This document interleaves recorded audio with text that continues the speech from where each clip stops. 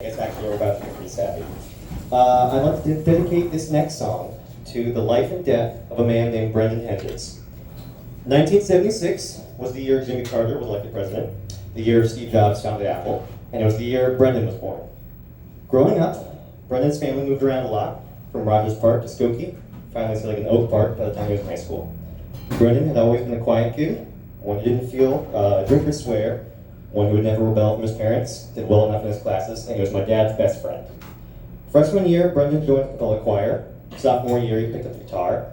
By junior year, he had learned piano and drums, and by senior year, he even formed his own band, accompanied by my dad on drums.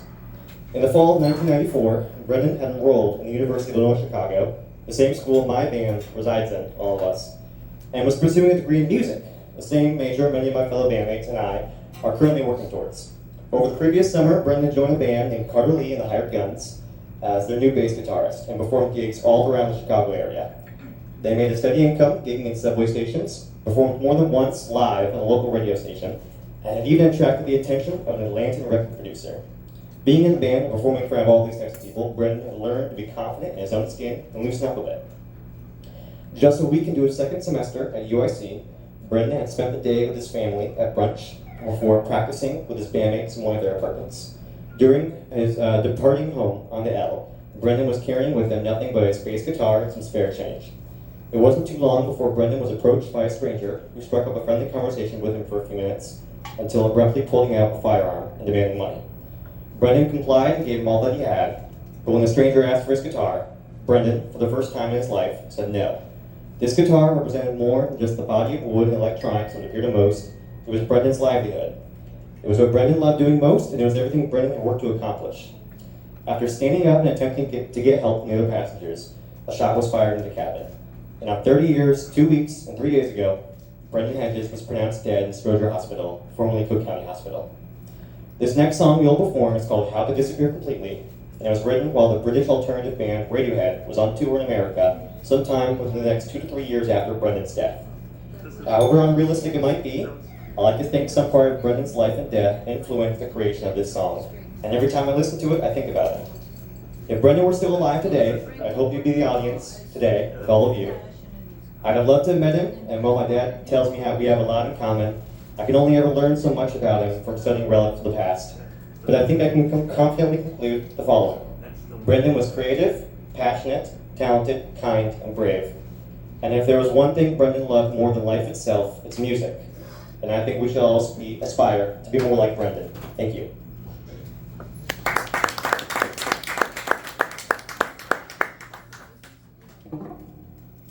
You guys ready?